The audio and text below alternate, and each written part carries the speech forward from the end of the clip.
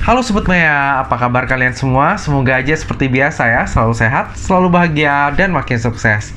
Nah Sobat Maya, beberapa waktu terakhir ini kinerjanya saham-saham IPO agak kurang menggembirakan ya. Mulai dari WMPP, TES, RMKE, hingga pada hari ini Avia Avian dan juga OBMD itu kinerjanya kurang menggembirakan. Nah kejadian ini bersamaan banget ya dengan penutupan kode broker. Nah, kalau misalnya Sobat Maya ingat, dulu-dulu itu ya, kalau misalnya saham IPO, pasti antriannya di ARA itu tebel banget. Dan masih ingat siapa yang biasanya antri di awal? MG ya. Nah, saat ini MG tuh nggak muncul untuk menahan saham-saham ARA. Kira-kira kenapa ya? Nah, bisa jadi MG ini sekarang tuh agak was-was karena dia nggak tahu kapan underwriternya mau ngeguyur. Kalau misalnya dulu dia udah nahan di ARA, kalau misalnya underwriternya guyur, dia pasti langsung balik badan tuh, langsung buang juga. Nah, kalau saat ini si MG ini kan nggak tahu ya. Jadi siapa yang ngeguyur, nanti siapa yang mau nahan juga, dia tuh nggak tahu. Makanya ada kemungkinan dia tuh sekarang nahan diri dulu nih. Terus nanti kalau misalnya udah mulai normal, retailnya juga udah pada mundur, dia baru memulai aksinya kembali. Contohnya kayak saham Tesla ya, itu kalau misalnya zaman dulu, wah itu kayaknya udah ARA berkali-kali ya, karena kalau misalnya kita lihat bid overnya itu aja, kalau misalnya ada yang mau nge-HK kayak 3 miliar, itu udah langsung ARA. Dan kalau zaman dahulu sebelum penutupan kode broker ya, itu amat sering terjadi. Nah, jadi untuk strategi IPO ke depannya mungkin ada yang harus diganti ya. Contohnya seperti Cimori dengan Avia Avian. Kalau misalnya Cimori, kita bisa lihat ya bahwa foreign flow-nya itu dia tuh makan barang Cimori terus-terusan. Sementara kalau misalnya kita lihat Avia Avian berkebalikan banget ya. Jadi foreign flow-nya itu langsung ngebuang di pagi hari.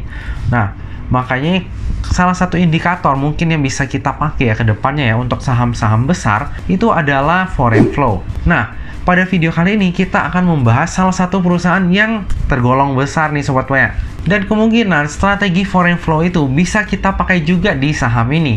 Yap, benar banget. Jadi pada video kali ini kita akan membahas tentang perusahaan yang terakhir IPO pada periode kali ini. Siapa lagi kalau bukan PT Dharma Polymetal dengan kode ticker DRMA. Penasaran dengan prospektusnya?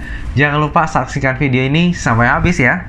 Jadi PT Dharma Polymetal atau nantinya saya sebut dengan DRMA ini didirikan pada tahun 1989 oleh Bapak TP Rahmat dan juga Bapak Edwin Suryajaya. Sounds familiar ya? Yap, benar banget. Beliau adalah salah satu foundernya dari Astra Group dan juga Triputra Group. DRMA sendiri itu pada awal berdirinya merupakan produsen alat kesehatan. Lalu pada tahun 1994, perseroan mulai merambah ke industri otomotif kendaraan roda 2. Dan saat ini udah bergerak di bidang usaha komponen otomotif baik untuk roda 2 ataupun roda 4. Dharma Polymetal sebagai induk dari Dharma Group telah menjadi mata rantai utama dalam pemasokan komponen otomotif beserta produk-produk suku cadang yang berkualitas dan telah sesuai dengan standar perusahaan pabrikan kelas dunia. Dalam perjalanannya, DRMA telah menjadi salah satu supplier terbesar OEM untuk industri otomotif di Indonesia. Beberapa pelanggan dari perseroan antara lain adalah Astra Honda Motor, Honda Prospect Motor, Kawasaki Motor Indonesia, Suzuki Indomobil Motor, dan PT Nissan Motor Indonesia. Oke, tadi adalah sekilas background dari emiten berkode DRMA. Sekarang coba kita lihat siapa sih pemegang sahamnya. Oke, jadi di sini ada 9 pemegang saham. Kita mulai dari yang paling besar ya, yaitu PT Dharma Inti Anugrah yang memegang sebesar 56%. Lalu ada PT Triputra Investindo Area yang memegang 15,91%. Lalu selanjutnya ada Jopi Kurniadi yang memegang 7,34%, Iwan Dewono yang memegang 6%, Irianto Santoso yang memegang 6%, Hadi Kasim yang memegang 5%, dan lalu sisanya sebesar 1,5% dan 1,5%. Lalu berikut adalah struktur kepemilikan dari perusahaan.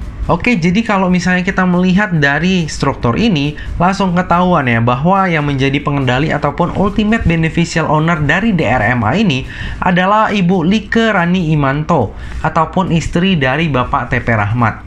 Jadi dalam IPO ini sebanyak-banyaknya 705,8 juta lembar saham atau mewakili sebanyak-banyaknya 15% dari modal ditempatkan dan di sektor penuh yang akan ditawarkan kepada masyarakat. Harga penawarannya sendiri itu berkisar antara 500 hingga 620, sehingga dana yang akan diraup dalam IPO ini adalah sebanyak-banyaknya sebesar 437,6 miliar. Dana IPO tersebut nantinya akan dipergunakan untuk tujuan sebagai berikut. Yang pertama adalah sekitar 70% itu akan digunakan untuk belanja modal dalam rangka ekspansi bisnis yang meliputi yang pertama sekitar 17,14% itu untuk investasi pembangunan pabrik baru. Lalu yang kedua sekitar 82,86% itu untuk investasi pembelian mesin. Lalu tujuan yang kedua adalah sekitar 16% itu akan digunakan untuk penambahan setoran modal ke perusahaan anak. Yang pertama adalah sekitar 62,5% itu digunakan untuk penyertaan modal kepada PT Dharma Precision Parts yang akan digunakan untuk pembelian lahan baru di Cikarang dan juga pembangunan pabrik baru di lahan tersebut.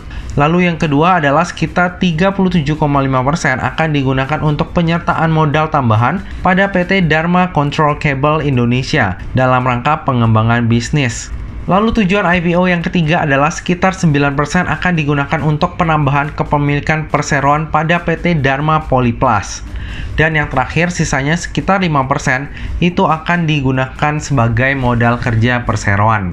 Nah, untuk tujuan IPO-nya ini bagus ya, benar-benar untuk perkembangan ekspansi usaha. Nah, untuk jadwal IPO-nya sendiri adalah sebagai berikut. Nah, jadi untuk masa penawaran awal ataupun book building-nya itu adalah dari tanggal 19 hingga 30 November 2021. Lalu untuk masa penawaran umum ataupun offering-nya itu dari tanggal 9 hingga 15 Desember 2021. Lalu akan listing pada bursa kita itu perkiraannya pada tanggal 17 Desember 2021. Nah, jadi video ini akan tayang antara tanggal 9 atau tanggal 10. Masih ada waktu ya Sobat Maya untuk mempertimbangkan apakah Sobat Maya akan skip IPO-nya DRMA ini atau mungkin ada pertimbangan lain untuk membeli nih. Karena akhir-akhir ini kan IPO itu kinerjanya kurang memuaskan ya. Jadi kita harus benar-benar selektif juga nih. Bagi Sobat Maya yang nggak bisa menanggung resiko, ada baiknya skip dulu sampai situasi nanti lebih terkendali. Lalu coba kita lihat siapa sih underwriter dari IPO-nya DRMA ini.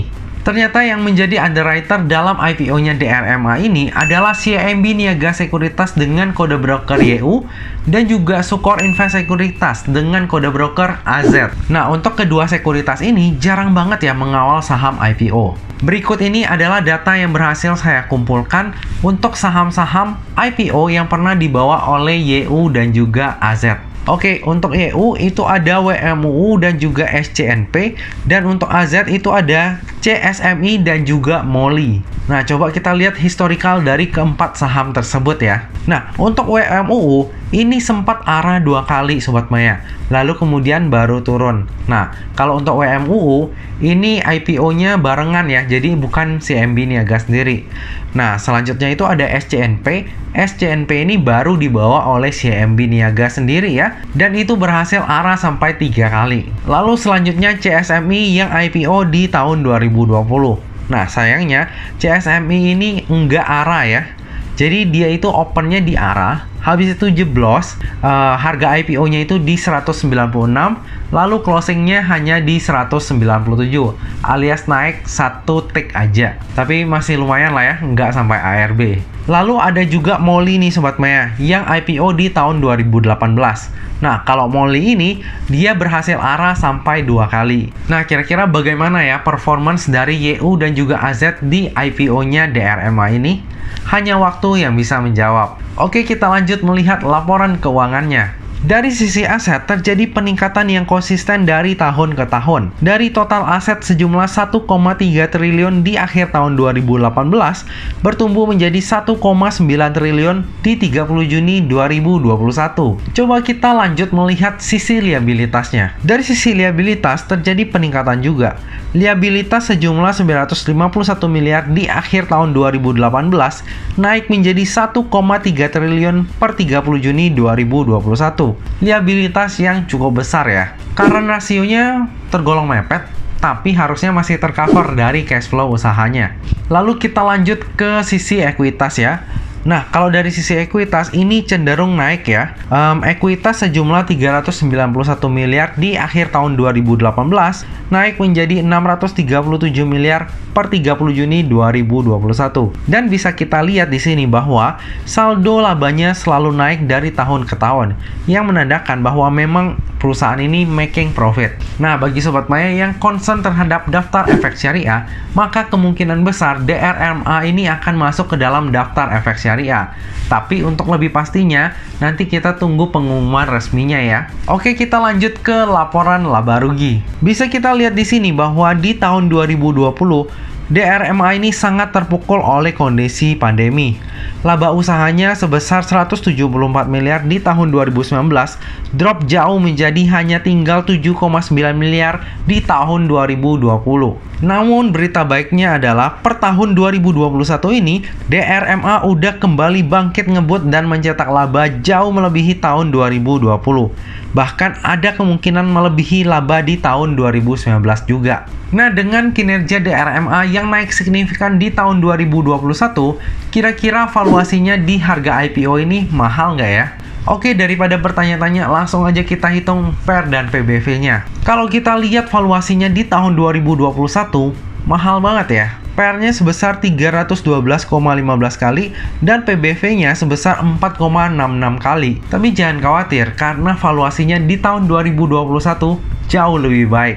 PER-nya menjadi 14,57 kali dan PBV-nya menjadi 2,71 kali. Nah, jadi di sini saya udah ambil data dari perusahaan di sektor yang sejenis, yaitu Auto, SMSM, dan juga Bolt. Nah, jika kita bandingkan, DRMA ini masih tergolong standar ya. Mirip-mirip valuasinya sama SMSM.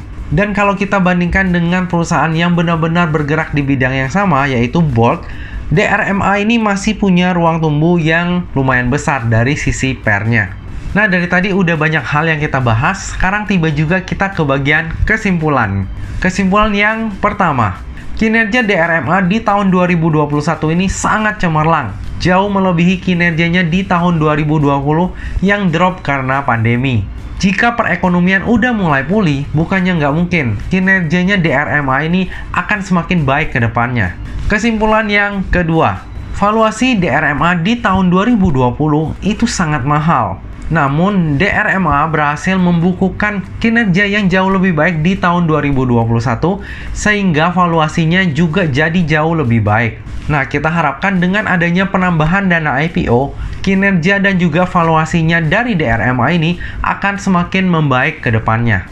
Kesimpulan yang ketiga, underwriter dari DRMA ini adalah YU dan juga AZ.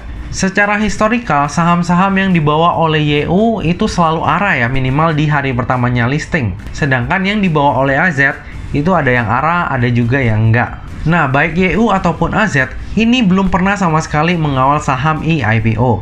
Jadi mari kita tunggu bareng-bareng ya, apakah kedua sekuritas ini bisa menorehkan sejarah yang bagus dalam perjalanan mereka. Lalu kesimpulan yang terakhir. Nah, pola saham IPO saat ini itu udah mulai berubah ya, jadi kita juga harus bisa beradaptasi. Saya sendiri menilai bahwa DRMA ini adalah perusahaan yang bagus, masih bisa bertumbuh, dan juga di backup oleh konglomerat di belakangnya. Nah, salah satu kuncinya nanti, apakah ada investor strategis yang mau masuk dalam jumlah banyak di DRMA ini? Kalau misalnya ada, pasti nantinya harga dari DRMA ini juga akan ikutan terkerek. Lebih lengkapnya tentang pemesanan saya akan saya update di tab community pada saat masa offering ya. Nah Sobat Maya, demikianlah video pembahasan saham IPO DRMA. Semoga video ini dapat bermanfaat bagi Sobat Maya dan dapat jadi bahan pertimbangan nih, apakah nantinya Sobat Maya akan membeli saham DRMA ini atau enggak. Bagi yang merasa terbantu, jangan lupa untuk subscribe, like, komen, dan share video ini ya. Nah Sobat Maya, akhir kata jangan lupa untuk selalu jaga kesehatan, jangan lupa untuk selalu bahagia, dan semoga perjalanan investasi kita selalu cuan bareng-bareng ya. Sampai jumpa di video selanjutnya. Dah.